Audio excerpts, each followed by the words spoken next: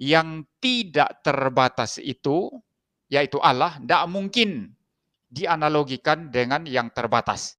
Mungkin kayaknya ada kesalahan di sini karena dalam penghitungan Ibrani 1 2 3 4 5 6 7 8 9 10 kata satu kasihan Ya. untuk umat-umatnya pendeta MYM gitu, bisa apa ya, nanti terkecoh gitu dalam kebenaran. Satu itu sendiri pun faktanya pertama-tama nggak bisa berdiri sendiri. Jadi satu kalau kita mau menggambarkannya sebagai satu ketunggalan mutlak, itu nonsens juga. Itu sesuatu yang, ini saya bicara aspek filosofisnya. Tidak ada itu. Satu tunggal mutlak itu tidak ada. Satu tidak bisa berdiri sendiri tanpa dua, tanpa tiga, dan lain sebagainya. Angka satu itu sendiri sudah mengimplikasikan di dalam dirinya sendiri bahwa dia bukan tunggal mutlak. Ya, bahwa dia bukan tunggal mutlak. Ya. Jadi saya kira fine-fine saja ketika dikatakan satu echad.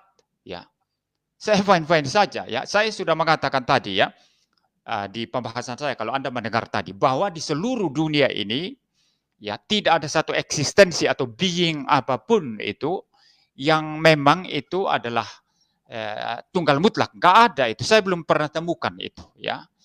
Tapi apakah kata setengah 0,5 0,3 digunakan oleh Tuhan dalam menjelaskan eksistensinya? Kan enggak. Maka dari itu angka satu pendeta hanya menggunakan analogi-analogi dan penjelasan-penjelasan pribadi yang tidak tertulis dalam biblosnya itu sendiri. Ini menyebabkan apa?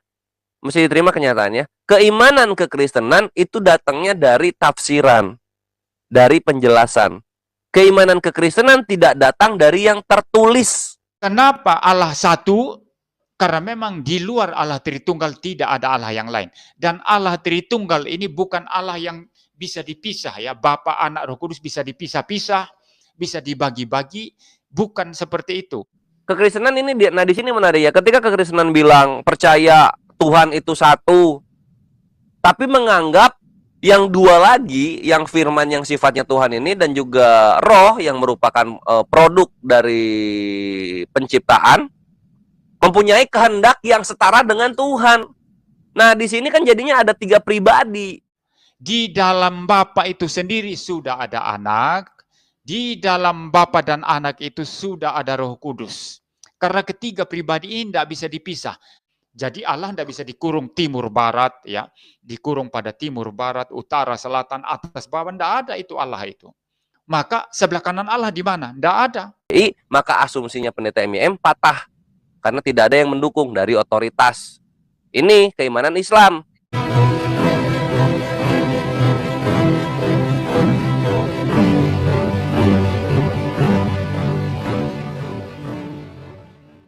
Assalamualaikum warahmatullahi wabarakatuh. Alhamdulillahirabbil alamin wassalatu wassalamu ala isyrafil anbiya'i wal mursalin wa ala alihi wa sahbihi ajmain amma ba'd. Puji syukur kehadirat Allah Subhanahu wa taala karena kita masih diberikan waktu dan kesempatan berjumpa kembali melalui channel Salam Satu Akidah. Semoga kita semua dirahmati Allah dan diberi kekuatan serta keteguhan hati di dalam iman Islam untuk terus meningkatkan iman serta ketakwaan kita kepada Allah Subhanahu wa taala. Baik, saudaraku semuanya, pada kesempatan kali ini saya akan menampilkan sebuah diskusi yang cukup menarik untuk kita simak bersama ya, yaitu antara Trion Slayer dengan pendeta MYM. Nah, di dalam diskusi ini yang dibahas adalah tentang keesaan Tuhan ya, yaitu Tuhan yang ehad, ahad, ataupun esa tunggal ya. Nah, dalam perspektif pendeta MYM ini yang membuat kita lucu atas argumen yang disampaikannya, dan itu merupakan bagian dari keyakinan dia terhadap Trinitas ya. Nah, di satu sisi dia mengatakan bahwa esa atau tunggal tersebut itu tidak bisa dianalogikan dengan apapun juga ya, karena memang tidak terbatas. Namun di sisi lain secara gamblang juga pendeta MYM ini dengan sangat entengnya ya menyatakan bahwa yang dimaksud Esa atau tunggal tersebut adalah tiga di dalam kesatuan. Nah, ini artinya pernyataan dia di awal yang mengatakan bahwa tunggal tersebut tidak terbatas ya, yang tidak bisa dibagi-bagi dan tidak bisa dianalogikan, namun pada kenyataannya mereka meyakini dan kemudian membagi-bagi keesaan Tuhan tersebut menjadi tiga bagian. Jadi berdasarkan penjelasan dari pendeta MYM ini, di situ terdapat keambiguan ya, tidak ada kepastian tentang makna dari Esa atau tunggal tersebut yang merujuk kepada Sang Pencipta ya. Nah, hal inilah yang kemudian dicoba diluruskan oleh saudara kita Trun Selair ya, dan sekaligus ini mungkin bisa memberikan terapi ya kepada pendeta MYM supaya keluar dari doktrin atau dogma yang jelas-jelas itu bukan berasal dari Tuhan Sang Pencipta alam semesta. Nah, bagaimana keseruannya nanti kita akan simak bersama ya. Namun sebelumnya saya mengucapkan terima kasih kepada saudaraku semua yang sudah mendukung channel ini, dan yang baru bergabung jangan lupa subscribe, like, serta share-nya juga. Oke, langsung saja kita simak videonya. Selamat menyaksikan.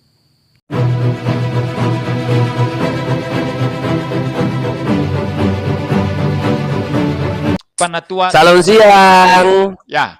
Yes, salam siang Ya. pendeta MYM. Ya. Iya, ini menarik ya ketika kekristenan bilang Ya, apa silakan. unity in diversity itu ya. Harusnya berarti kekristenan itu meninggalkan kata saya, sendiri. Harusnya menggunakan selalu kata kami gitu. Penggantinya itu. Karena pendeta MYM itu tidak sendiri. Kupingnya pendeta MYM itu bisa berkehendak, mulutnya pendeta MYM itu bisa berkehendak, hidungnya pendeta MYM itu bisa berkehendak gitu loh. Jadi harus dianggap semua itu. Karena bagian-bagian dari kehidupannya MYM itu mempunyai otaknya masing-masing gitu. Berbeda dengan manusia yang umum. Nah, begitu pendeta. Tolong dihilangkan Sudah ya, kata sendiri itu. Iya. Saya tanggapi ya. Iya, Ya, boleh. baik. Jadi ya gini. Saya tidak mengatakan tadi bahwa dunia ini yang selalu unity and diversity itu adalah ilustrasi atau analogi yang persis untuk Tritunggal. Saya tidak berkata begitu. Nah, kalau saya berkata begitu, saya tentu bertanggung jawab untuk menjustifikasi itu, dan Anda benar.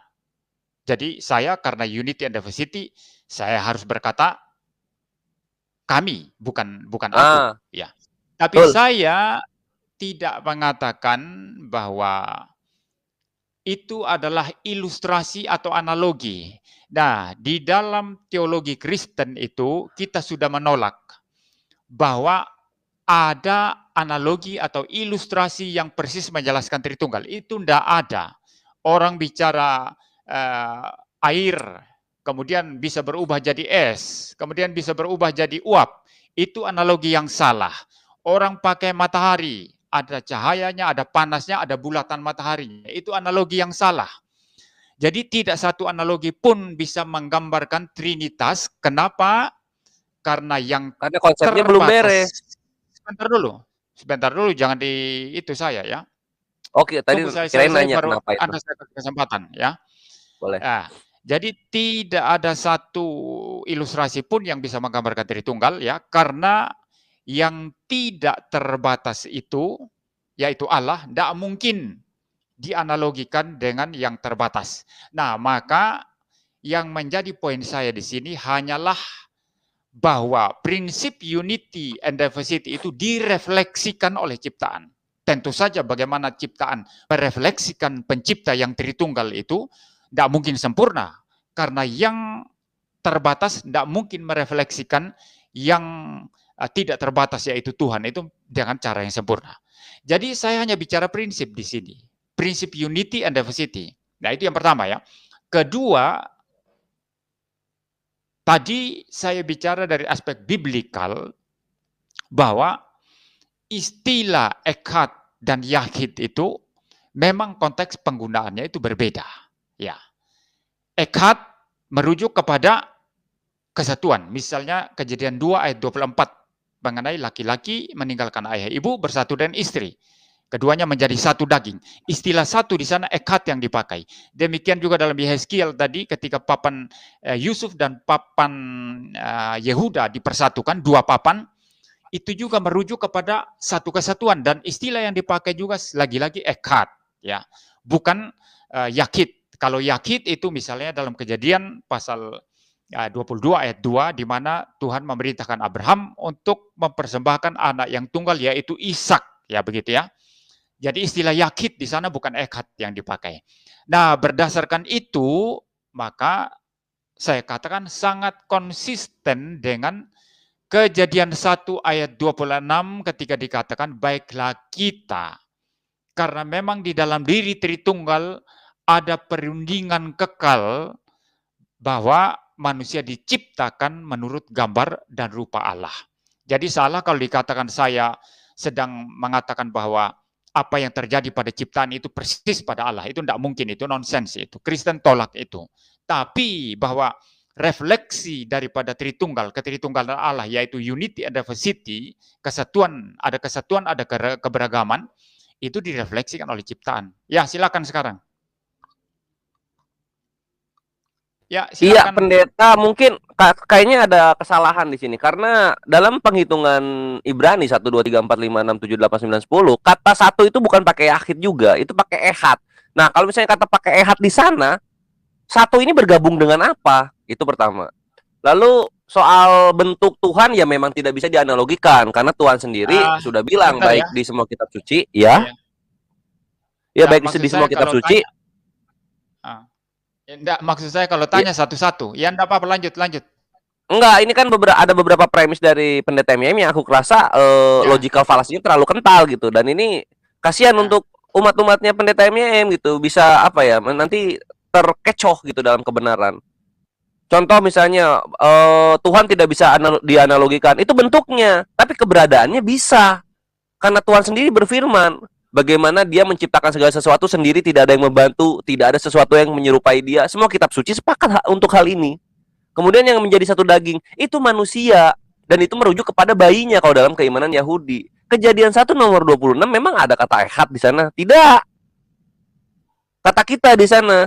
Yang oleh keimanan Yahudi, penafsirannya adalah menggunakan perjanjian lama juga atau tanah juga. Di mana dilihatnya? Di Mazmur 82 nomor 6. Enggak, Mazmur 82 satu perikop. Di sana dikatakan Allah yang benar bersidang di antara para Allah yang lain. Berarti ketika kejadian manusia diciptakan, host-host dari bumi dan langit itu sudah ada. Begitu pendeta MYM.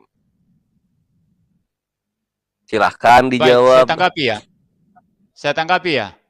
Ya, iya, silahkan. Mengenai istilah satu tadi ya. Ya. Itu istilah satu ekad Anda bilang ya. Tetapi itu sekali lagi membuktikan tesis saya bahwa satu itu pun ya, satu itu sendiri pun faktanya pertama-tama nggak bisa berdiri sendiri. Kedua, itu pertama ya. Artinya gini, mengapa satu adalah satu? Karena ada angka 2, 3 dan seterusnya ya. Dan kalau kita bicara sebelum satu itu ada angka 0. Dan sesudah 0 itu kita bisa bicara minus ya, minus 1, 2 dan seterusnya. Ya, itu fakta ya. Jadi satu itu sendiri tidak mungkin bisa berdiri sendiri tanpa angka-angka yang lain. Ya. Itu yang pertama. Yang kedua, ya, satu itu sendiri tetap bisa dipecah-pecah. Ya. Setengah tambah setengah jadi satu. Jadi satu kalau kita mau menggambarkannya sebagai satu ketunggalan mutlak, itu nonsens juga. Itu sesuatu yang, ini saya bicara aspek filosofisnya.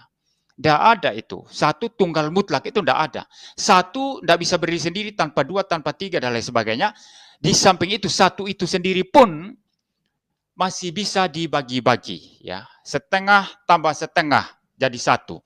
Atau 3/4 ditambah 1/4 jadi 1, atau 1/4 dikali 4 itu jadi 1. Ya, jadi memang angka 1 itu sendiri sudah mengimplikasikan di dalam dirinya sendiri bahwa dia bukan tunggal mutlak. Ya, bahwa dia bukan tunggal mutlak. Ya. Jadi saya kira fine-fine saja ketika dikatakan satu echad. Ya, saya fine-fine saja. Ya, saya sudah mengatakan tadi ya di pembahasan saya kalau Anda mendengar tadi bahwa di seluruh dunia ini ya tidak ada satu eksistensi atau being apapun itu yang memang itu adalah tunggal mutlak. Nggak ada itu. Saya belum pernah temukan itu ya. Kecuali memang terdiri dari unity and diversity ya. Itu yang pertama ya. Lalu yang kedua mengenai itu tadi ya. Anda menyinggung juga kejadian 1 ayat 26 tadi, mengapa tidak, itu bukan echad. Ya, Tuhan di sana kan sedang menyebut dirinya sendiri dengan menggunakan bentuk pertama plural ya, kata ganti orang pertama plural ya, kami atau kita, atau lebih tepatnya kami ya. Jadi di sana kalau dikatakan, kalau misalnya itu adalah deskripsi bagaimana Allah Tritunggal itu, Allah yang Esa itu mencipta, saya yakin sekali misalnya kalau ayatnya begini ya, kalau misalnya ayatnya begini, Allah yang Esa, Allah itu sedang mencipta begitu ya, Allah sedang mencipta manusia begitu ya, maka istilah yang dipakai Allah yang Esa, kalau itu bahasa Indonesianya sedang mencipta, saya yakin sekali istilah yang dipakai adalah echad. Tidak mungkin yakid. Ya. Tapi di situ ayatnya kan Tuhan sedang menggunakan, ya merujuk bagi dirinya sendiri itu kata ganti orang tunggal, kata ganti orang jamak pertama. Ya. Maka dikatakan baiklah kita menjadikan manusia menurut gambar dan rupa kita. No problem itu, tidak masalah itu. Ya, tidak ada masalah buat saya. Ya silakan saja, silakan. Ya gini, Pendatua, sebentar ya, saya potong ya sedikit ya. Kalau interaksinya begini ya, saya senang, saya fine-fine saja, saya menikmati, tidak mungkinlah saya marah ya. Tapi kalau motong-motong lalu ada hal-hal yang seperti Valen kemarin bicara dengkul ya, mungkin saya marah begitu. Ya lanjut. Iya pendeta MYM, aku juga tergantung reaktif sih. Kalau misalnya aku dipotong, aku akan motong balik. Aku nggak akan pernah melarang yang mau dialog sama aku gimana. Aku serahkan kepada dia maunya kayak gimana begitu. Nah kalau misalnya mau begini, ya mari kita tanggapi ya. Soal echad dan juga yahid, ini semua bahasa punya padanannya. Arabik punya ahad dan wahid. Dan Yunani pun mempunyai hal tersebut. Ada heis dan monos. Perhatikan Yakobus 1 nomor 25. Di sana dikatakan bahwa Tuhan kita itu Esa. Apakah menggunakan kata heis? Tidak, dia menggunakan kata monos. Artinya apa berarti? Tunggal di sana. Tuhan kita itu tunggal. Yakobus sendiri berkata begitu di Perjanjian Baru. Nah, jadi hal ini sudah disampaikan oleh siapa? Oleh Yakobus. Perjanjian Baru itu disebut tunggal Tuhan itu. Lalu angka 1 tidak bisa berdiri sendiri. Tapi apakah kata setengah, 0,5, 0,3 digunakan oleh Tuhan dalam menjelaskan eksistensinya? Kan enggak. Maka dari itu angka 1 yang merepresentasikan eksistensinya angka 1.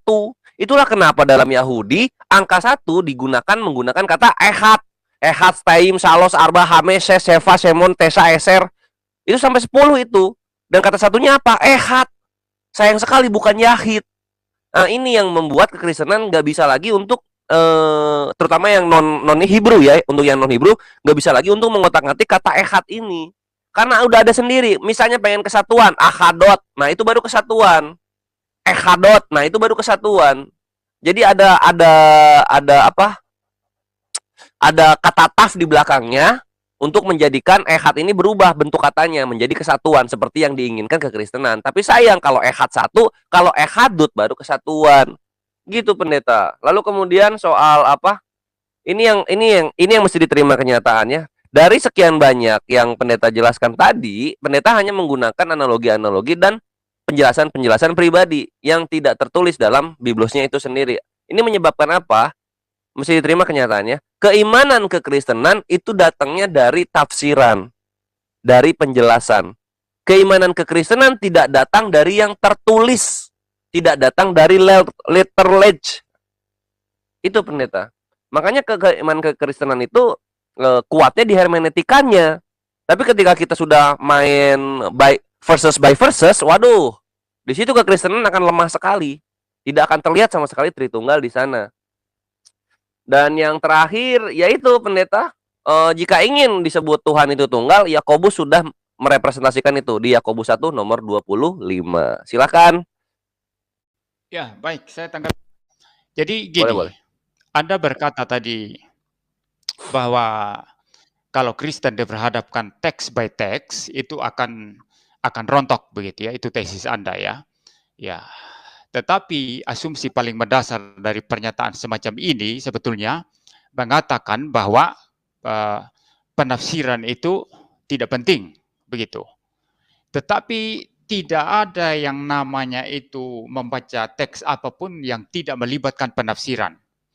Ya, Anda tidak bisa datang kepada satu teks itu ya, lalu tanpa satu presuposisi apapun, tanpa satu asumsi mendasar apapun, lalu Anda baca saja begitu bulat-bulat teks itu, lalu tidak ada penafsiran, lalu Anda membuat kesimpulan. Tidak. Itu sama sekali nonsens itu. Semua teks itu dibaca melibatkan penafsiran. Dan waktu dibaca melibatkan presuposisi seseorang. Ya, saya jelaskan ini ya. Sebentar saya cek suara saya bagus apa enggak ya. Bagus, jelas. Ya, baik.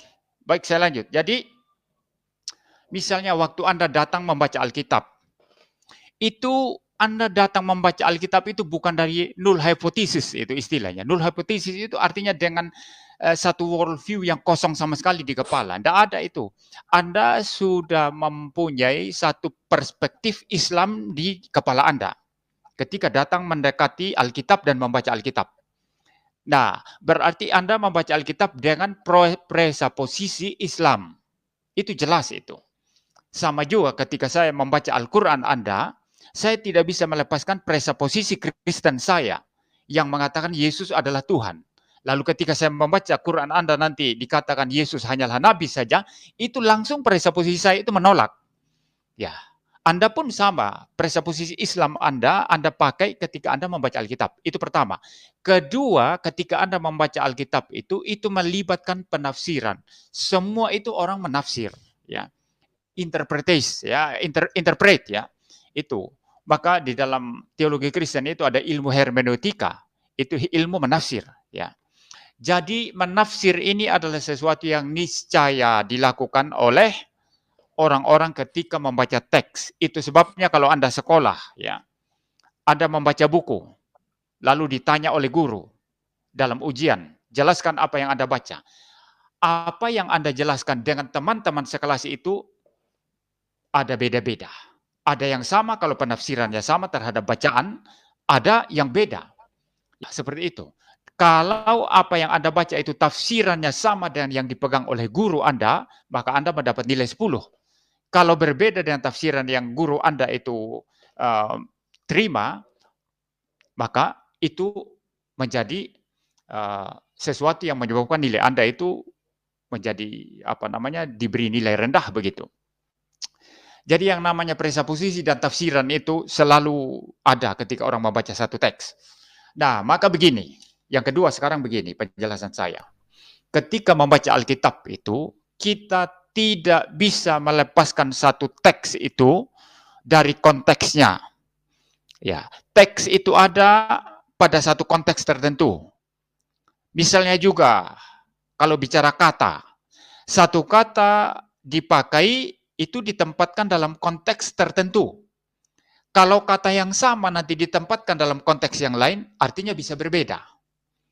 Ya, maka bagi saya nonsens kalau hanya debat teks ya, teks by teks begitu. Kalau konteksnya beda gimana? Saya kasih satu contoh sederhana sekarang. Saya menggunakan istilah makan, ya, dalam kalimat misalnya gini, saya mengajak teman-teman saya untuk makan siang bersama. Nah, istilah makan di sana itu pastilah maksudnya itu makan makanan ya, dimasukkan ke mulut, dikunyah, masuk ke perut begitu. Itu makan. Itu jelas itu. Kalau saya berkata, saya mengajak teman-teman saya makan siang di restoran, ya, misalnya restoran Chinese atau restoran Jawa. Tapi kalau istilah makan saya pakai dalam konteks berbeda, nanti artinya berbeda. Misalnya saya berkata, saya mau memhardik atau memarahi orang atau staf saya yang sudah makan uang gereja. Saya akan marah kepada dia nanti. Dia sudah makan uang gereja. Nah, istilah makan di sini sudah beda konteksnya.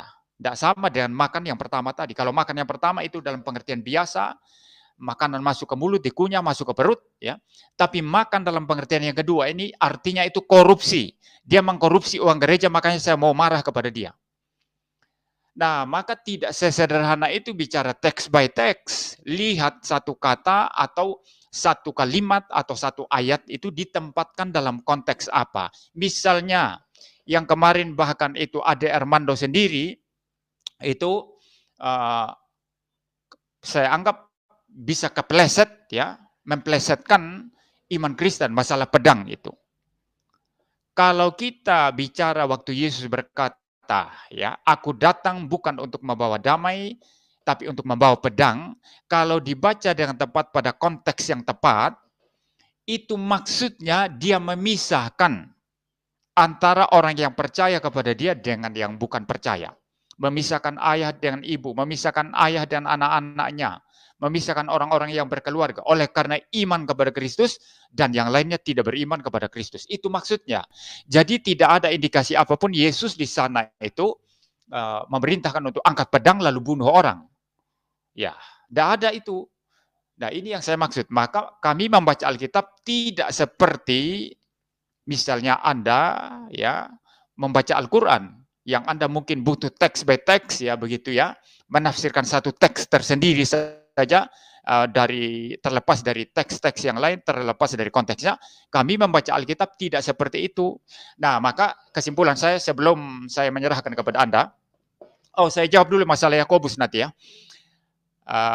Jadi gini, ketika orang Kristen mengatakan Allah itu Tritunggal, kita di samping meneliti kata-kata misalnya tadi Echad dan Yakid, kita juga meneliti teks-teks Alkitab berdasarkan konteksnya, kita gali semua itu dari Kejadian sampai Wahyu, dan kita tiba pada kesimpulan bahwa Alkitab memang mengajarkan Trinitas. Dan kalau misalnya Anda mungkin pernah membaca buku saya, ya, tapi Anda tentu tidak akan membaca buku saya, ya. Misalnya yang menjelaskan tentang Allah Tritunggal, pokok itu saja, itu mengutip begitu banyak bagian Alkitab. Karena tidak bisa kita tafsir satu ayat saja, satu kata saja, satu teks saja, tidak bisa. Jadi seluruh bagian Alkitab itu kita tafsir sepenuhnya.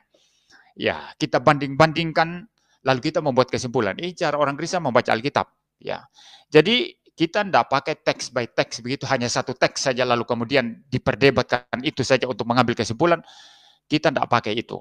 Ya, itu tidak relevan untuk iman Kristen. Ya, yang terakhir sekarang mengenai tadi istilah, ya, yang Anda bilang tadi itu istilah mono, ya. Saya belum mengecek ini, ya, apakah Anda benar itu atau tidak, ya, karena saya tidak pegang sekarang Alkitab bahasa Yunani, dan juga kalau saya masih membuka-buka ini takut nanti ada gangguan atau apa lagi, ya. Ya. Istilah mono, ya, itu mono berarti satu atau tunggal, ya. Tetapi apakah istilah mono itu, ya, memang menunjukkan satu kekhususan atau keunikan seperti istilah Ibrani, Yakid, dan Echad dipakai. Ya, saya rasa Yakobus ketika menulis itu dia tidak sedang menjelaskan bagaimana Allah itu, ya, digunakan dalam satu terminologi tertentu, ya, yang selalu konsisten itu dipakai, sedangkan dalam terminologi yang lain yang juga sebetulnya artinya satu atau satu yang juga artinya satu tidak dipakai, ya. itu digunakan di dalam Alkitab Ibrani, ya. Tapi di sana Yakobus itu spiritnya hanyalah mau menyatakan bahwa Allah itu satu. Ya, memang orang Kristen percaya Allah satu, ya. Kenapa Allah satu? Karena memang di luar Allah Tritunggal tidak ada Allah yang lain. Dan Allah Tritunggal ini bukan Allah yang bisa dipisah, ya. Bapa, Anak, Roh Kudus bisa dipisah-pisah, bisa dibagi-bagi, bukan seperti itu. Allah Tritunggal memang adalah satu Allah yang nggak bisa dibagi-bagi, nggak bisa dipisahkan, ya. Tetapi satu Allah ini, yang satu hakikat Allah ini di dalam dirinya ada 3 pribadi yang berbeda. Maka istilah mono di sana fine-fine saja, tidak masalah, karena memang satu Allah. Dan Yakobus di sana tidak sedang seperti Alkitab Ibrani itu membedakan penggunaan echad dan yahid. Ya, seperti itu. Maka kalau saya berkata begini, ya, ini dalam konteks Indonesia, ya. Kalau saya berkata, saya percaya kepada Allah yang tunggal, itu benar, fine-fine saja, memang Allah satu. Atau kalau saya berkata, saya percaya kepada Allah yang esa, fine-fine saja, apa masalahnya? Saya kan tidak sedang menjelaskan tentang unity and diversity di sana. Saya hanya sedang menyatakan bahwa Allah itu hanya satu. Jadi Yakobus konteksnya seperti itu. Jadi dia menggunakan istilah mono, no problem dong. Dibedakan dengan bagaimana Alkitab Ibrani tadi, memang jelas konteksnya itu. 2 papan jadi satu, echad. Suami istri jadi satu, echad. Bukan yakid yang dipakai. Jadi memang beda konteksnya kan. Seperti itu. Bagaimana Yakobus menggunakan mono, bagaimana Ibrani menggunakan yahid dan echad. Begitu. Lalu Anda tadi juga terakhir ini, sebelum saya kasih Anda waktu, Anda berkata tadi, itu merujuk kepada bayi, ya, atau anak, ya. Maafkan kalau saya salah tangkap pernyataan Anda bisa koreksi saya nanti, ya. Betul. Suami Lanjut. dan istri menjadi satu. Ya, lalu Anda merujuk kepada satu bayi. Itu teks itu tidak merujuk kepada itu. Teks itu betul-betul merujuk kepada, ya kan bunyinya begini. Karena itu seorang laki-laki akan meninggalkan ayahnya dan ibunya dan bersatu dengan istrinya. Jadi laki-laki bersatu dengan istrinya sehingga keduanya menjadi satu daging. Yang menjadi satu daging di sana adalah suami istri itu. Saya tidak melihat sesuatu indikasi lain bahwa itu merujuk kepada anak yang dilahirkan atau bayi yang dalam perut perempuan. Tidak ada itu. Tidak ada seperti itu. Ya, silakan. Iya, thank you waktunya, Pendeta MYM. Memang menarik ya, kalau misalnya kita melihat dari bagaimana kekristenan itu mengimani apa yang tertulis. Posisinya begini sekarang.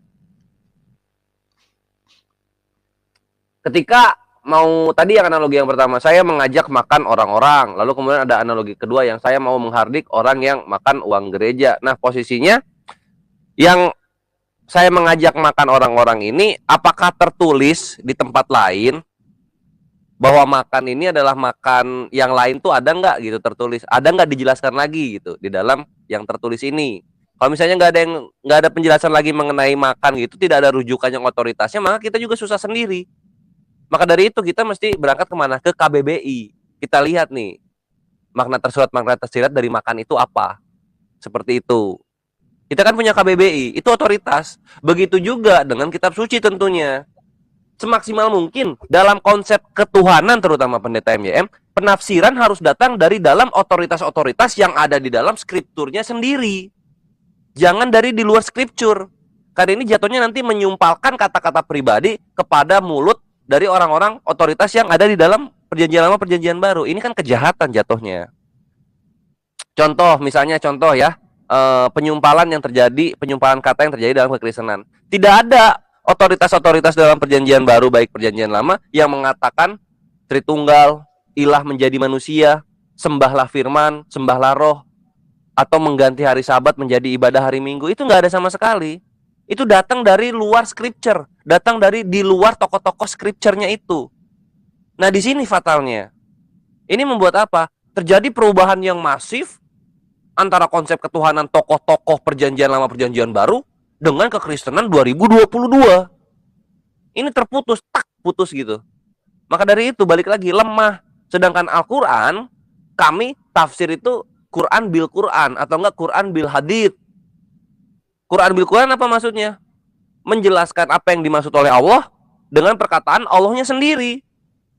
Kalau misalnya tafsir Quran bil hadits apa maksudnya? Menjelaskan perkataan apa yang dikatakan oleh Allah dengan perkataan otoritas dari setelah Allahnya itu sendiri. Siapa? Rasulullah Shallallahu Alaihi Wasallam. Itu yang kalau dimau. Kalau misalnya di dalamnya dari tokoh-tokohnya, misalnya contoh Stefanus. Stefanus ketika menerangkan pewahyuan yang diterima Musa, bahwa yang diterima Musa di Gunung Sinai itu adalah firman-firman dari malaikat-malaikat, maka itu yang benar. Stefanus yang ngomong. Maka tidak ada Tuhan bertemu langsung dengan Musa. Tapi Musa bertemu langsung dengan malaikat-malaikat. Itu bisa dilihat di Kisah Para Apostolos 7 nomor 38 dan juga 53. Stefanus menjelaskan seperti itu. Itu yang kami pakai. Bukan yang di luar Perjanjian Baru, orang-orang yang ngomong ini yang mengatakan, karena tentunya otoritas tertinggi yang ada di dalam skripturnya itu sendiri. Lalu berikutnya, ini aku koreksi, bukan Yakobus 1 nomor 25, tapi Judah 1 nomor 25. Itu Pendeta MM. Maaf tadi di awal salah sebut aku. Nah, di situ dikatakan mono. Mono sendiri itu adalah bentuk sebentar. Itu bentuk datif dari monos. Jadi bentuk nominatifnya dia monos. Monos itu mempunyai definisi yang artinya alone, sendiri, atau tunggal, atau satu lagi apa ya? Sebentar, aku lihat dulu di leksikonnya. Atau desolate gitu. Atau dia mengeksklusifkan gitu, eksklusif, satu, tunggal. Nah, itu jatuh cocok sekali ketika diterjemahkan dengan esa. Lalu yang terakhir, kekristenan ini di sini menarik ya. Ketika kekristenan bilang percaya Tuhan itu satu, tapi menganggap yang dua lagi, yang firman yang sifatnya Tuhan ini dan juga roh yang merupakan produk dari penciptaan, mempunyai kehendak yang setara dengan Tuhan. Nah, di sini kan jadinya ada 3 pribadi gitu. Karena kita kalau dari perspektif Islam kita melihat siapa yang berkehendak, siapa yang mempunyai kehendak, siapa yang mengontrol. Itu yang kami anggap. Itulah kenapa kami menggunakan kata saya, kata sendiri. Karena kami mempunyai kehendak. Kehendaknya itu yang kami hitung sebagai satu pribadi.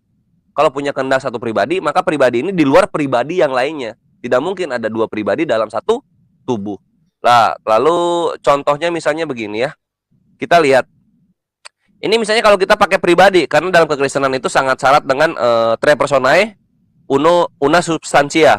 Di sini lihat, perhatikan. Yesaya 46 nomor 5. Kepada siapakah kamu hendak menyamakan aku, hendak membandingkan aku, dan mengumpamakan aku sehingga kami sama. Perhatikan, ini pribadi Tuhan Bapa jatuhnya kan yang ngomong. Maka pribadi Tuhan Bapa ini tidak menganggap pribadi roh dan pribadi firman-Nya. Pribadi Bapaknya sendiri saja yang berbicara seperti itu. Siapa mau mengumpamakan aku, Sang Tuhan Bapa ini sehingga kami sama, ini mau diumpamakan dengan siapa? Kan begitu jatuhnya. Nggak dianggap udah. Ini satu cross reference-nya bisa kita lihat di Maryam 65. Rob yang menguasai langit dan bumi, segala sesuatu yang ada di antara keduanya, maka sembahlah dia, berteguh hatilah dalam beribadah kepadanya. Apakah kamu mengetahui ada seorang yang sama dengan dia? Jadi orang itu disebut juga satu. Nggak ada kita menganggap jiwa, roh, tubuh ini mempunyai pribadi yang berbeda, mempunyai kehendak yang berbeda. Kalau ada seperti itu tuh berantem di dalam badannya. Seperti biasanya tuh begitu. Terus di sini juga Yesaya 46 nomor 9 dan juga Yesaya 40 nomor 18. Ingatlah hal-hal yang dahulu dari sejak purbakala, bahwa akulah ilah, tidak ada yang lain. Akulah ilah, tidak ada yang seperti aku. Pribadi Tuhan Bapa berbicara begini, tidak ada yang seperti aku. Pribadinya Tuhan Bapa. Pribadi roh, pribadi firman berarti berbeda. Udah dikukuhkan ini.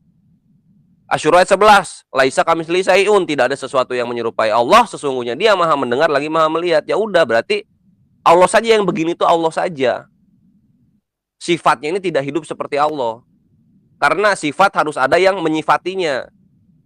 Sedangkan yang menyifati tidak perlu ada sifatnya. Contoh gula, sifatnya manis.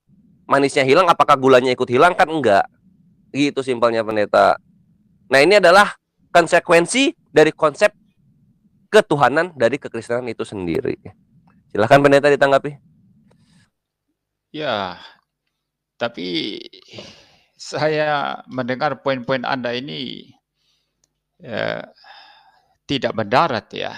Tapi baik, saya coba tanggapi mungkin yang masalah istilah Tuhan menggunakan aku dulu, lalu nanti saya akan tetap juga menjelaskan mengenai perbedaan fundamental bagaimana Islam membaca Quran dan bagaimana Kristen membaca Alkitab, ya. Nah, yang pertama begini, ketika Tuhan berkata aku, itu sama sekali itu tidak mengatakan bahwa yang bicara itu hanyalah Bapa, anak tidak ikut, Roh Kudus tidak ikut. Atau ketika misalnya anak berkomunikasi dan berkata aku, lalu kita mengeksklud atau mengeluarkan Bapa dan Roh Kudus. Nah, kalau begitu caranya ini triteism, ini bukan Tritunggal. Kalau triteism, tiga Allah terpisah, ya. Bapa terpisah dari anak terpisah dari Bapa, terpisah dari Roh Kudus. Sehingga masing-masing kalau Bapa bicara, anak tidak ikut-ikut, ya. Roh Kudus tidak ikut-ikut gitu. Tapi itu triteism, ya. Kalau Trinitas itu apa yang dikatakan Bapa, di dalam Bapa itu sendiri sudah ada anak, di dalam Bapa dan anak itu sudah ada Roh Kudus. Karena ketiga pribadi ini tidak bisa dipisah, saling mendiami, ya, saling memenuhi dengan cara yang paling sempurna satu dan yang lainnya. Maka nggak bisa dipisah, bisa dibedakan dengan jelas, tapi nggak bisa dipisah. Sehingga ketika satu pribadi berkata, aku, maka di dalamnya sudah mencakup anak, juga sudah mencakup Roh Kudus. Seperti itu. Nah, lain halnya ketika Allah Tritunggal berbicara kepada dirinya sendiri. Misalnya dalam Kejadian 1 ayat 26. Di sana baru kita melihat bagaimana ketiga pribadi ini berkomunikasi dan tidak menggunakan kata aku di sana. Ya, di sana dikatakan baiklah kita, ya, menciptakan manusia. Seperti itu. Tetapi selama Allah itu, Allah Tritunggal berfirman kepada manusia, dia selalu menggunakan kata aku, bukan kami. Kenapa? Karena ketika Bapa berfirman melalui sang anak, ketika berkata aku, itu sudah mewakili ketiga pribadi. Jadi tidak perlu menggunakan kata kami atau kata kita, tidak perlu. Ya, kata aku itu sudah mewakili ketiga pribadi. Karena tidak ada pertentangan, tidak ada perselisihan. Kehendak Bapa itu kehendak anak, itu juga kehendak daripada Roh Kudus. Ya, kebenaran Bapa adalah kebenaran anak, adalah kebenaran Roh Kudus. Keadilan Bapa adalah keadilan anak, adalah keadilan Roh Kudus. Tidak ada pertentangan sedikit pun di dalam ketiga pribadi Tritunggal. Kalau ada pertentangan, berarti ada kekurangan, ada kelemahan, ada cacat. Tetapi kalau ada cacat, itu bukan Allah. Karena Tritunggal adalah Allah, Bapa sempurna tidak bercacat, tidak terbatas. Anak sempurna tidak bercacat, tidak terbatas. Roh Kudus sempurna, tidak bercacat, tidak terbatas, saling memenuhi satu dan yang lainnya, sehingga pertentangan dalam bentuk apapun tidak ada. Apa yang dikatakan Bapa, itu juga yang dikatakan anak, itu juga yang dikatakan Roh Kudus. Apa yang difirmankan Bapa, itu juga yang dinyatakan oleh Sang Firman itu sendiri, yaitu anak, dan itu juga yang disampaikan oleh Roh Kudus kepada para nabi dan para rasul. Tidak ada pertentangan apapun di sana. Ya, itu yang pertama, ya. Jadi bagi orang Kristen ketika Allah menggunakan kata kita dalam Kejadian 1 ayat 26, lalu di bagian lain Allah berkata, aku berfirman. Itu no problem bagi orang Kristen, tidak ada pertentangan apapun. Ya, seperti itu. Dan ketika misalnya, ya, Allah Tritunggal menampakkan diri pada saat Yesus dibaptis, ya. Allah Bapa berkata dari sorga, inilah anakku yang kukasihi, Roh Kudus itu tampil dalam rupa merpati, dan anak dalam kemanusiaannya, bukan dalam kealahannya, dalam kemanusiaannya dibaptis oleh Yohanes Pembaptis. Ketika tiga pribadi ini menyatakan dirinya, orang Kristen sama sekali tidak memahami itu sebagai keterpisahan. Mengapa? Bapa yang berbicara dari sorga adalah Bapa yang memenuhi segala sesuatu, hadir dalam segala sesuatu, tidak terbatas. Anak yang dibaptis oleh Yohanes Pembaptis itu kemanusiaannya yang terbatas. Tubuh jiwa manusianya ada di di Sungai Yordan dibaptis oleh Yohanes. Tetapi logos dalam kealahannya selalu satu adanya dengan Bapa, selalu satu adanya dengan Roh Kudus, sama-sama tidak terbatas, sama-sama sempurna. Dan ketika Roh Kudus menampakkan diri dalam rupa merpati, merpati bukan Roh Kudus, itu penampakan. Ya, menampakkan diri dalam rupa merpati, Roh Kudus pada saat yang sama, karena dia adalah Allah sesungguh-sungguhnya, juga Maha hadir sama seperti Bapa, sempurna sama seperti Bapa, tidak terbatas sama seperti Bapa. Jadi tidak ada keterpisahan apapun di sana. Ya, Roh Kudus yang tampil, yang kelihatan itu kan penampakan itu, bukan esensinya Roh Kudus. Kalau esensinya Roh Kudus tidak kelihatan, yang namanya roh yang tidak kelihatan, yang namanya tubuh ya kelihatan, materi kelihatan, roh tidak kelihatan. Makanya itu penampakan saja itu. Ya, no problem ya, bagi orang Kristen itu tidak ada problem apa-apa ya. Nah, saya kembali yang kedua sekarang. Saya kembali menegaskan yang Anda mungkin bagi saya masih belum paham ya. Ya, mengenai Kristen dan Islam ini dalam membaca atau dalam mendekati teks masing-masing itu sangat berbeda. Sangat-sangat berbeda. Islam itu kan maunya harafiah. Ya, padahal juga nanti inkonsistensinya akan kelihatan.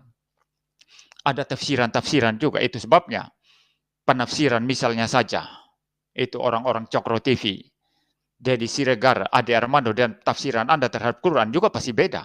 Itu karena memang melibatkan penafsiran. Tapi dari apa yang Anda nyatakan kepada saya ini, saya melihat, saya memahami bahwa Anda sepertinya mengatakan bahwa memang kita harus teks saja. Kalau teks bilang A, ya itu saja begitu ya.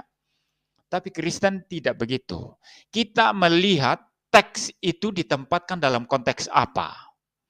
Walaupun teks itu atau satu kata sama dengan satu kata yang digunakan, dan maksudnya satu kata yang sama digunakan dalam konteks yang lain, walaupun katanya sama, kita nggak langsung mengatakan itu artinya itu pasti sama.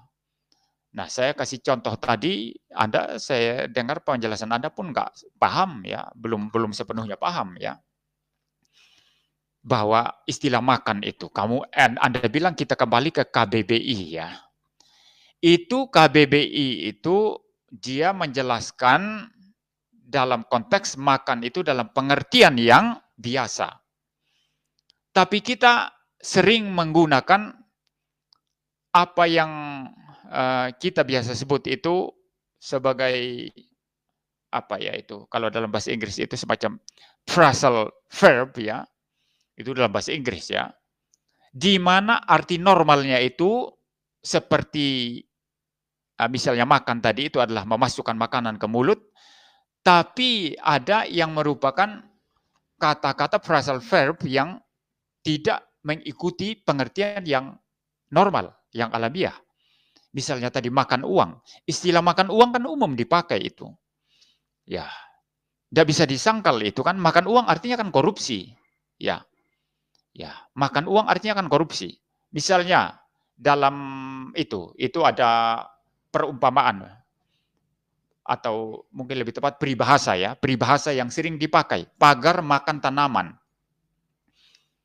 Itu kan bukan dalam pengertian normal itu makan di sana itu. Pagar makan tanaman artinya misalnya guru itu memanfaatkan muridnya mungkin yang cantik lalu diperalat untuk kepuasan seksual misalnya guru itu sendiri.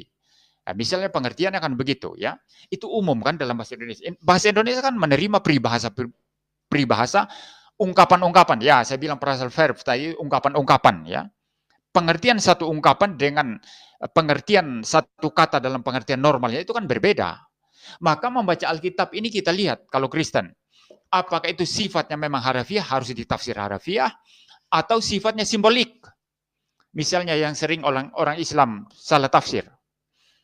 Ketika dikatakan Yesus duduk di sebelah kanan Allah Bapa, pertama-tama itu sifatnya simbolik itu. Pertama-tama dan terutama. Sifatnya simbolik. Karena kalau berbicara Allah Bapa, pribadi pertama Tritunggal yang tidak terbatas itu. Allah yang tidak terbatas, tidak punya sebelah kiri, tidak punya sebelah kanan. Tidak punya depan, tidak punya belakang. Tidak punya atas, tidak punya bawah. Allah itu memenuhi segala ruang, sekaligus itu transenden, melampaui segala ruang. Jadi Allah tidak bisa dikurung timur barat, ya, dikurung pada timur barat, utara, selatan, atas, bawah, tidak ada itu Allah itu. Maka sebelah kanan Allah di mana? Tidak ada. Sebelah kiri Allah ada di mana? Tidak ada. Nah, maka istilah duduk di sebelah kanan Allah Bapa itu adalah sifatnya simbolik yang menyatakan bahwa Yesus dalam tugas kemanusiaan, dalam tugas mesianiknya ketika datang menjadi manusia itu tuntas sempurna mengalami kemenangan. Nah, kalau dalam konteks hukum Romawi misalnya, orang yang mengalami kemenangan itu ditaruh di sebelah kanan. Ya. Nah, maka istilah Yesus duduk di sebelah kanan itu menyatakan kemenangannya di dalam misi penebusannya. Maka istilah duduk di sebelah kanan itu dipakai bukan karena Bapa punya sebelah kanan, sebelah kiri, tidak. Itu pertama. Yang kedua, yang dilihat misalnya oleh Stefanus ya, ketika mati dibunuh oleh orang-orang Yahudi.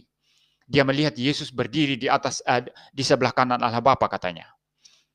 Yang dilihat itu adalah kemanusiaan Yesus yang naik ke sorga. Memang kemanusiaan Yesus berbeda dengan kealahannya. Kemanusiaannya itu bukan kealahannya, kealahannya bukan kemanusiaan. Kealahan Yesus tidak terbatas, sama seperti Bapa, sempurna. Memenuhi segala ruang dan sekaligus transenden, melampaui ruang. Tapi kemanusiaan Yesus ada di sorga, terbatas itu. Kemanusiaan Yesus tidak ada di mana-mana. Maka yang dilihat Stefanus adalah kemanusiaan Yesus. Ya, kemanusiaan Yesus yang dikatakan duduk di sebelah kanan Allah dalam pengertian simbolik tadi itu. Ya, bahwa dia sudah menang mengalahkan dosa, mengalahkan maut, mengalahkan kuasa setan dalam karya penebusannya. Nah, apa orang Islam misalnya seperti Anda ini memahami Alkitab dengan cara saya dan cara Kristen seperti saya apa enggak? Kalau begitu. Nah, saya khawatirnya Anda nanti membaca itu lalu menafsir sesuai dengan perspektif Islam Anda, lalu Anda serang itu. Ini yang sering terjadi. Ini yang sering terjadi, ya. Nah, maka kembali lagi ya. Nah, begini Pak Penetua ya. Jadi baik begini ya. Yang Anda perlu pahami sebetulnya yang saya mau kalian yang dari Muslim cobalah memahami iman Kristen dari perspektif Kristen. Itu dulu. Tidak berarti saudara harus setuju. Anda bukan itu, bukan itu. Anda memahami iman Kristen dari perspektifnya Kristen. Nah, nanti kalau saudara sudah paham misalnya penjelasannya tentang Tritunggal, Dwi Natur Kristus ya, Alkitab dan lain sebagainya, baru kalau Anda melihat kelemahan-kelemahan apa yang Anda mau serang, barulah bisa diserang. Nah, ini baru connect menurut saya. Tapi yang terjadi selama ini apa? Kalian mendekati iman Kristen dengan perspektif Islam kalian. Nah, padahal Kristen tidak begitu. Misalnya yang dikatakan suma itu yang saya ulang-ulang ya. Dikatakan logos menjadi manusia, berhenti menjadi Allah. Itu tidak ada itu. Logos mengambil natur manusia, kealahannya tetap tidak berhenti itu. Kealahannya sampai selama-lamanya begitu ya. Jadi ada salah paham semacam ini yang dipaksakan ke Kristen. Lalu Kristen berkata, kita tidak percaya seperti itu. Bukan itu iman Kristen begitu. Jadi harapan saya kalian ini memahami iman Kristen sesungguhnya apa. Setelah itu baru diserang. Nah ini baru cocok. Sama juga saya tidak akan ngarang-ngarang sendiri tentang Islam. Anda kalau lihat debat saya dengan Suma, saya mendengarkan apa yang menjadi argumentasi dia, itu yang saya tanggapi. Saya tidak ngarang-ngarang sendiri tentang Islam, lalu saya serang sendiri. Misalnya, ngarang-ngarang sendiri tentang Nabi Anda, ngarang-ngarang sendiri tentang Quran, ngarang-ngarang sendiri tentang yang saya anggap itu dipercaya Islam, padahal sebetulnya Islam nggak percaya itu. Oh, saya paling takut itu, nggak mau. Lebih baik saya mendengarkan argumentasi orang, setelah dia menyampaikan argumentasi, itu yang saya serang, itu lebih bagus. Ya, itu tanggapan terakhir saya, silakan Anda sekarang. Oke, sekarang aku langsung masuk ke konten materi kita. Mengenai penafsiran ya, kita balik ke sana dulu. Inilah yang terjadi ketika bawa Ade Armando, bawa aku, terus bawa orang-orang yang lainnya. Lalu terjadi banyak perbedaan penafsiran. Itulah yang terjadi dalam kekristenan jika penafsiran ini dibebankan kepada manusia, Pendeta MYM. Manusia yang bahkan tidak tertulis di dalam kitab sucinya sendiri. Jadinya apa? Beda-beda kan? Makanya kembalikan kepada otoritasnya, itu udah paling benar. Otoritasnya siapa? Orang-orang yang dikenal di dalam kitab suci. Paulus, Petrus, Stefanus, Yesus, dan nabi-nabi Israel lainnya. Banyak kok tokoh-tokoh perjanjian lama, perjanjian baru yang bisa kita gunakan untuk menjelaskan keimanan. Karena insya Allah ujung-ujungnya jatuhnya menjadikan Allah satu-satunya sesembahan. Karena tokoh-tokoh perjanjian lama dan perjanjian baru tidak ada yang mengajak kita untuk menyembah roh atau menyembah firman. Lalu soal makan uang, itu bisa kita cek di KBBI. Makanya KBBI itu otoritas. Ketika pendeta MIM bilang makan itu artinya ada yang lain, itu masih asumsi. Asumsi ini akan kita buktikan kepada otoritas dari bahasa Indonesia. Siapa? KBBI. Kita cek di sana KBBI. Ternyata benar yang dibilang pendeta MIM, bahwa makan uang ini mempunyai arti yang lain dari makan yang harafiah. KBBI mencatat itu. Maka kami pun tidak akan komplain. Karena ternyata otoritasnya ini sudah menyatakan itu ada makan uang itu. Ada juga nanti di KBBI makan waktu, artinya memakan waktu yang lama. Ada juga yang makan hati, nanti yang artinya ngebatin. Banyak kok arti dari makan itu. Karena KBBI mencantumkan itu. Tidak dicantumkan di KBBI, maka asumsinya pendeta MIM patah. Karena tidak ada yang mendukung dari otoritas. Ini keimanan Islam. Makanya Islam itu penjelasannya atau dalam kurung penafsiran itu Quran bil Quran atau Quran bil hadits yang pertama. Dan ketika kita menggunakan penafsiran, kita lihat ke Ibnu Katsir. Bukan Ibnu Katsirnya, tapi Ibnu Katsir mencatut semua hadits-hadits yang terpaut dan menyangkut kepada ayat-ayat dalam Al-Quran. Itu pendeta MYM. Otoritas menjamin kebenaran tersebut. Rantai persaksiannya bisa kita validasi di sana. Lalu berikutnya soal yang tadi yang pribadi. Nah, ketika pribadi ini dibilang pribadi Bapa berbicara, maka pribadi Roh dan Firman juga berbicara. Berarti sama-sama membuka mulutnya kan? Konsekuensi dari keimanan ini adalah di Matius 3 nomor 16. Apakah ketika suara Tuhan Bapa muncul, lalu kemudian Roh Kudus menjelma menjadi merpati, lalu Yesus dibaptis di sana, apakah tiga sosok ini ketika suara berbicara, maka merpati dan juga Yesus berbicara? Tidak. Karena dalam narasi dari teks tersebut hanya ada suara dari langit berucap, bukan dari suara dari langit, merpati dan juga Yesus berbicara, inilah anak yang kukasihi. Tidak. Maka dari itu, ketika satu pribadi berbicara, yang lain tidak dianggap sama sekali. Bukti konkretnya di mana? Matius 3 nomor 16. Itu. Kemudian soal tidak ada pertentangan, maka jika ada pertentangan ada kekurangan dan cacat. Wah, ini kena lagi konsekuensinya. Nanti di Matius 26 nomor 39 pendeta MYM, di mana Yesus itu berkata begini. Di Matius 26 nomor 9 itu, sebentar ya. Matius 26 nomor 39.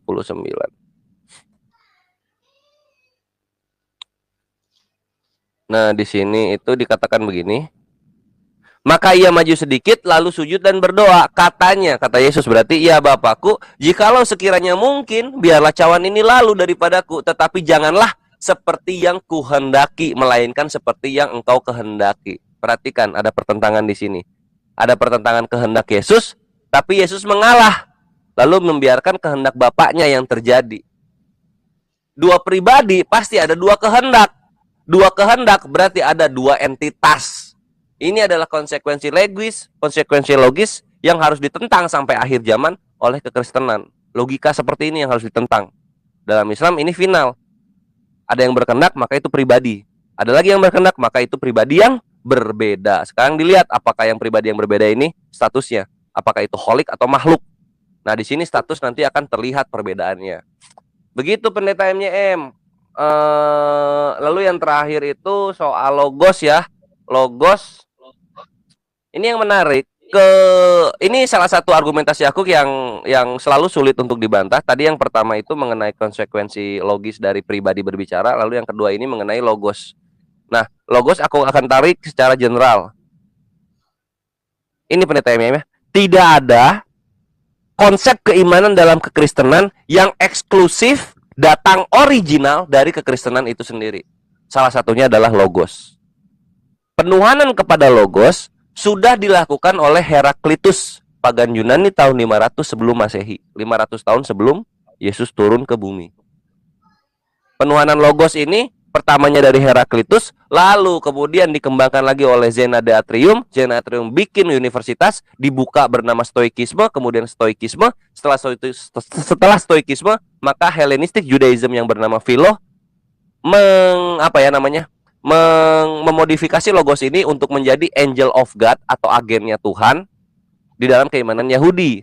Lalu kemudian masuklah ke Yohanes 1 sampai Yohanes 18 logos ini. Nah, ketika aku ucapkan yang seperti ini, maka kita udah tahu, oh ternyata pengspesialan status logos ini datangnya bukan dari eksklusif kekristenan. Yang menarik dan ironis, Pendeta MYM, ini nyambung ke argumen ketiga aku yang sangat sulit dibantah oleh kekristenan. Yang namanya logos tidak akan keluar jika tidak ada yang lego. Apa itu lego? Firman. Lego itu firman, sedangkan logos adalah produk dari firman. Apa itu logos? Kata. Itulah kenapa dalam Arabic Bible disebutnya al-kalimah, lalu kemudian di dalam English itu word, kata. Tanpa ada yang berucap, tanpa ada yang berbicara, maka kata tidak akan ada. Selamat datang di kebenaran, Pendeta MYM. Inilah konsekuensi keimanan yang harus berbantahan dengan logika-logika simpel dari manusia awam sampai akhir zaman nanti. Semoga hidayah sampai kepada Pendeta MYM. Dan aku nantikan nanti kita hari Kamis berjumpa ya. Silakan Pendeta MYM, aku berikan untuk ini waktu dan tempat untuk Pendeta. Ya, ya, saya akan memberikan tanggapan terakhir untuk Anda. Ya, kalau Anda mau keluar ya enggak apa-apa. Tapi kalau masih mendengar, tapi saya kira waktu kita sudah habis ya. Nah, saudaraku semuanya, kita sudah dengarkan bagaimana jalannya diskusi tadi antara Pendeta MYM dengan saudara kita Triun Slayer ya, yang mematahkan keyakinan dari Pendeta MYM itu sendiri, yang mengatakan bahwa di awal dia mengatakan Tuhan itu Esa Tunggal yang tidak bisa dibagi-bagi, tidak bisa dianalogikan. Namun pada kenyataannya mereka mengimani serta meyakini bahwa Tuhan yang Esa tersebut terdapat 3 bagian, artinya 3 di dalam 1. Nah, tentu saja hal ini jauh berbeda ya dengan apa yang sudah dipaparkan menurut ajaran Islam oleh Triun Slayer, dan sepertinya Pendeta MYM sebenarnya merasakan kebenaran yang disampaikan oleh Triun Slayer, namun karena mungkin doktrin serta dogma yang sudah mendarah daging ya, jadi malu untuk mengakui kebenaran yang sudah dibawakan serta disampaikan oleh Triun Slayer berdasarkan ajaran Islam dan pastinya berdasarkan kitab suci Al-Quran. Jadi jelas bagi kita bagaimana pemahaman dari seorang Pendeta MYM yang ternyata hanya mengikuti ilmu pengetahuan yang berasal dari dunia sendiri ya, karena dia mengatakan bahwa satu itu tidak bisa berdiri sendiri tanpa ada 2, 3 dan segala macamnya. Nah, disinilah dia yang tidak bisa memahami bahwa angka 1 dengan 1 yang merujuk kepada Sang Pencipta tentu saja itu tidak bisa disamakan ya, karena keesaan atau tunggal yang merujuk kepada Tuhan itu mutlak hukumnya dan tidak bisa dibagi dan dianalogikan dengan apapun juga. Jadi artinya kita sebagai manusia, sebagai makhluk ciptaan Allah Subhanahu wa taala tidak akan pernah bisa untuk mendefinisikan tentang Tuhan itu sendiri. Berbeda dengan umat Kristen seperti yang disampaikan oleh Pendeta MYM tadi ya.